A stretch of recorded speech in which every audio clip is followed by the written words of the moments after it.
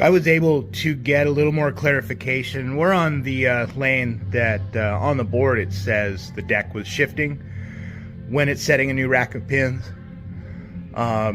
What we got, the info we got was as the deck travels down and shifts to set new pins, right about 270, it's jerking a little bit.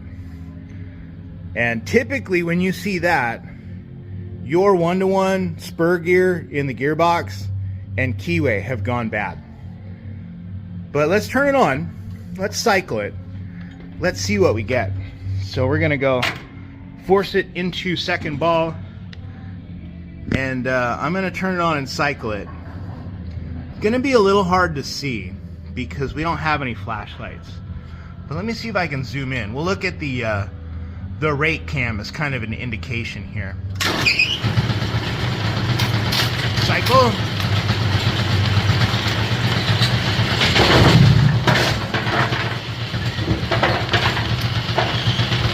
Oh, not really.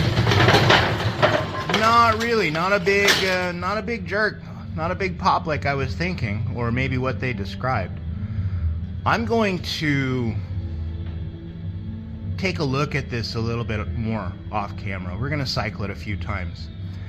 And if we do happen to find the source of our problem, we'll pick it up there. This may be a bad or stretched out deck cable issue. Let's watch this thing. We're gonna jog the machine on and off by the circuit breaker. And we're gonna let these pins touch the lane surface and see what's going on.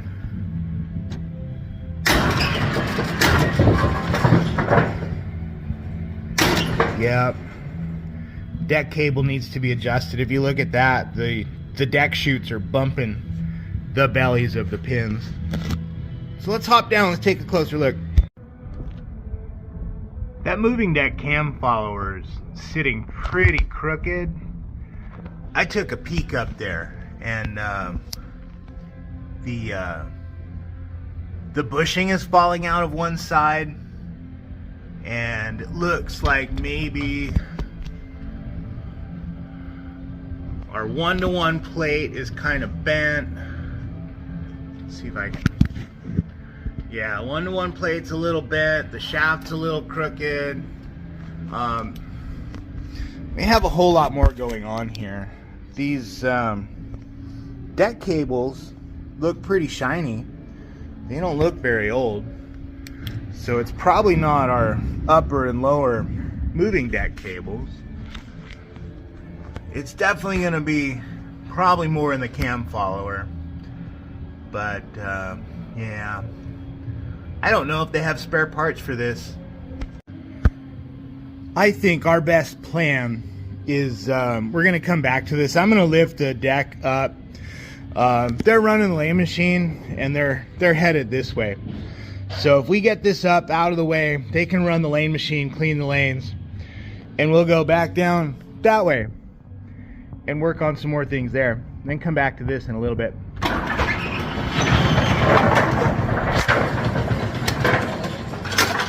I think that sounds like a good plan. So I've got my Cannon plug jumper tool that I made here. But the Cannon plug socket has been deleted from the circuit box, so we have to go up to the reception desk and turn this lane on through the scoring system. I didn't get it on camera, but I just watched multiple pins feed through into the number 5, the turret center chute. So definitely going to be some kind of pin gate issue. What exactly yet, we don't know, but we know at least we've narrowed it down to a specific area of the machine. It's kind of a hard area to get my phone into, but there's no spring. There's supposed to be a spring that goes from this spring wheel to the frame. We have no spring, so let's see if we can replace the spring and see if we have any other issues going on. So we've replaced the missing spring, And we've got the turret positioned between the, well, I don't remember. Anyways, we'll explain that in a minute, but this gap between the roll pin and the shoulder on the strap is massive. We need to be about 1/4 of that gap, about maybe 3/16 of an inch, maybe anywhere between 1/16 and 3/16 is usually pretty good. We're close to a 1/2 inch right here. I don't know what happened. The easiest way to make this adjustment for your pin gate strap height is to put your roller on a hide well of the indexing cam. And you've got a really big shot here in between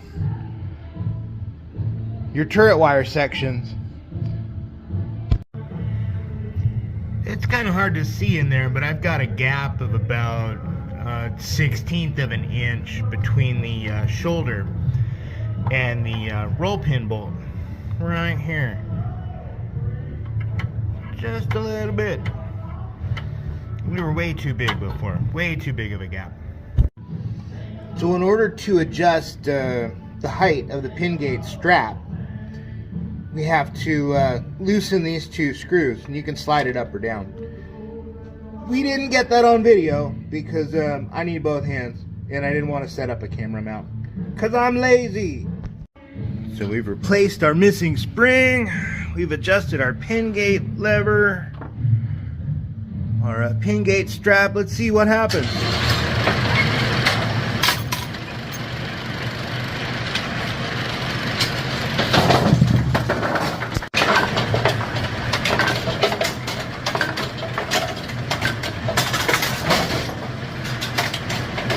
Look good.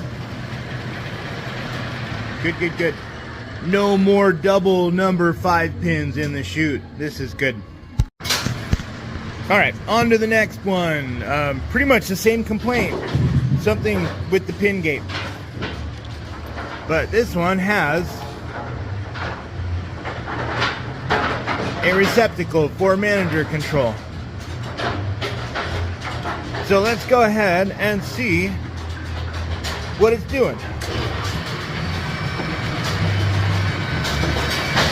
Oh,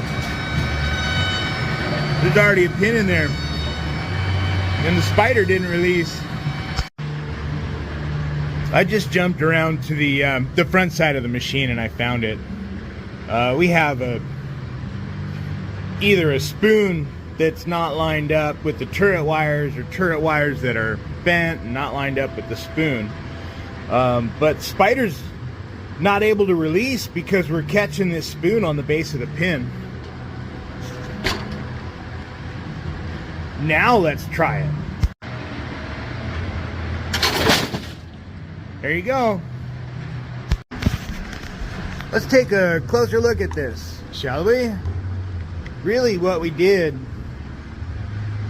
is we have gently bent these turret wires into position a little bit better. They were centered pretty good, but this wire was like way bent that way, and this wire was like way bent that way, so we kind of balanced it out. Really what we're looking for, if I can get my hands out of the way, a little bit of a gap between the belly of the pin and the outer wires, just to make sure it's not a pinch point. But let's plug it back in, let's reload our turret, and let's check where the pin sits in relation to the spoon again. Loaded the turret back up, and yeah, no more wiggle room. So the next thing on our list, it's I figured it out already, but we'll talk about it.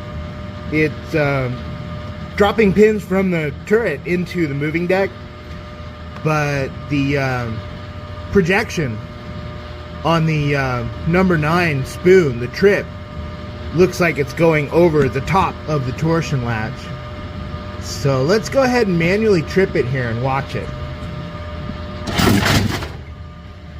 I know that happened pretty quickly, but it passed right over the top of the torsion latch.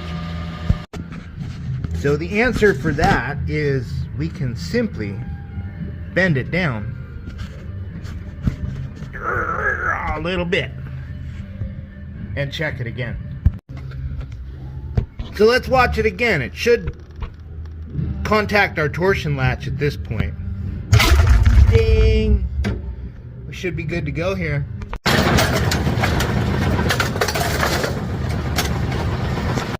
Alright, that looks really, really good. We're going to jump back to kind of where we started with that moving that cam follower that was sitting a little crooked and had some bad bushings. So we're back where we started. We're going to take all of the pins out of our deck chutes. We're at 270 setting a new rack. So we're going to remove all our pins. Then we're going to pull our moving deck cable. And we're going to take tension off of our moving deck cam follower and our control cable once we take tension off of that. And then we'll investigate a little further about this crooked moving deck cam follower shaft. All of the pins are out. I'm just going to grab the cable and remove it off of the top pulley. Okay. That's going to take tension off of this. It's not super floppy, but it is crooked. Let's see if we can get a good shot now that we've got some light in here. Not sure how I'm going to frame it up, but so I think at least have a bolt in there, because our shaft is wobbling around against the gearbox. It's in the shadow here, but the bushing has started to slide out. Ooh. Do have a little bit of weeble wobble on there. Interesting. This might be a better amount of light. You can at least see the bushing. But you can see how that shaft is rocking up and down. That's not awesome.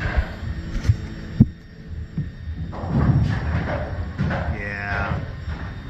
So we have a couple of things going on at the same time. It's missing a snap ring. The bushings are grooved out. This whole thing it's just bad. It's bad all the way around. Yeah, this is gross. This is really, really gross. I'm not super proud of it. This is not my best work ever. But we have put a snap ring in here. We have tightened down our bolt. We're on the inboard side of the frame because that was a little loosey-goosey. Managed to slide our bushing. It's not focusing. Managed to slide the bushing back in place. I realize that is not good practice, but we are down to a minimal amount of wiggle room.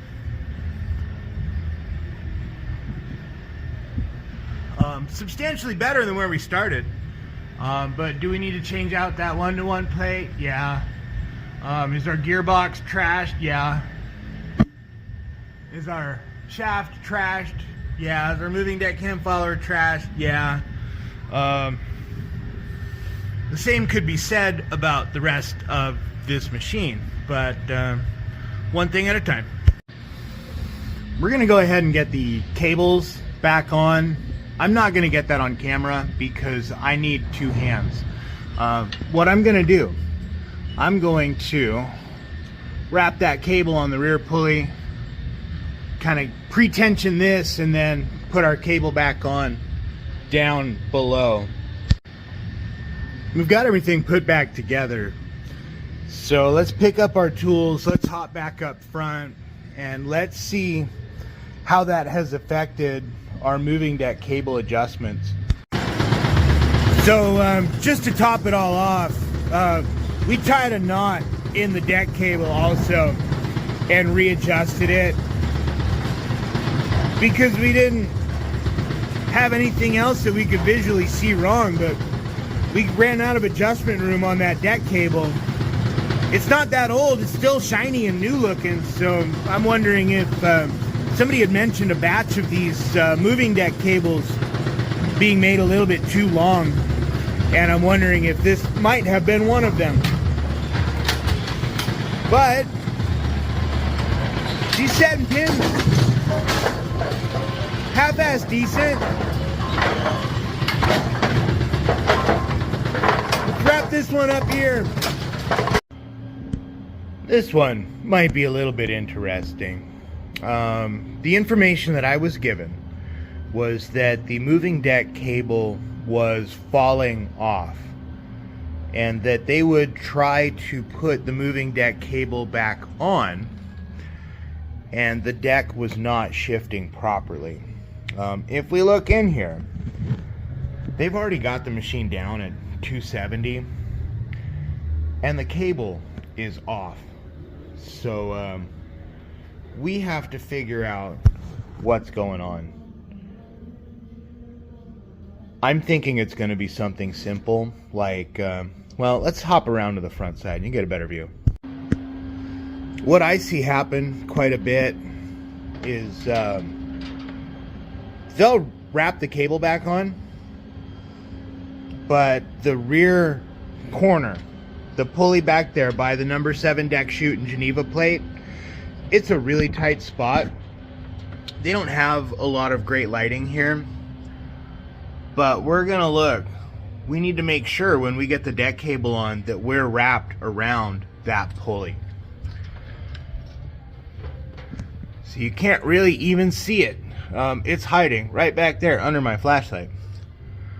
But chances are pretty high that they simply didn't get the cable wrapped around this lower rear pulley properly, and they got all of this back on, and the thing came up and it didn't shift all the way forward, and it kind of bound up again, and then that threw the cable off, because they don't have the keeper springs here. So we'll do what we can. I'm just gonna reinstall the deck cable and we'll run it and see what happens. I got the cable wrapped back on there. It was difficult getting it on that lower rear pulley over on the number 7 side, but the 10 side here, I don't think it's coming up on camera quite as easily, but I think this area of the deck is warped a little bit. There was some interference when I was putting the cable back on. Something was hitting ever so slightly over here.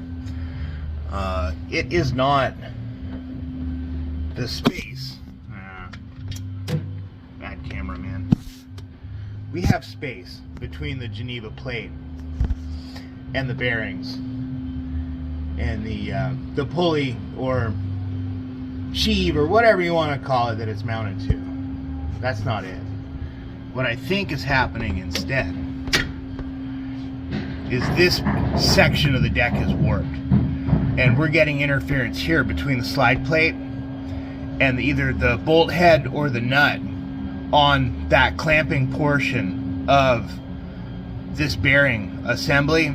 It's right, probably contacting between those two parts. But we're gonna run it, we're gonna turn it on. We haven't even done that yet, so we need to see if this thing will run or if we have some other issues. So the turret is holding pins at 0 degrees. The blocking finger is down, it's lowered, and it won't release pins from the turret to the moving deck until the machine starts its cycle. But the moving deck is shifting. The moving deck cam follower bearing for the cam on this lane is pretty badly worn. I don't believe that they have another one in stock just now, but this is probably our main issue of why that blocking finger isn't lifting up at 0 degrees. This sucks. Because we can't really fix it the right way. And I'm not sure I want to put in the time and effort to cheat this adjustment. Yeah. Well, maybe their turret's just going to hold pins at 0 until they order another part.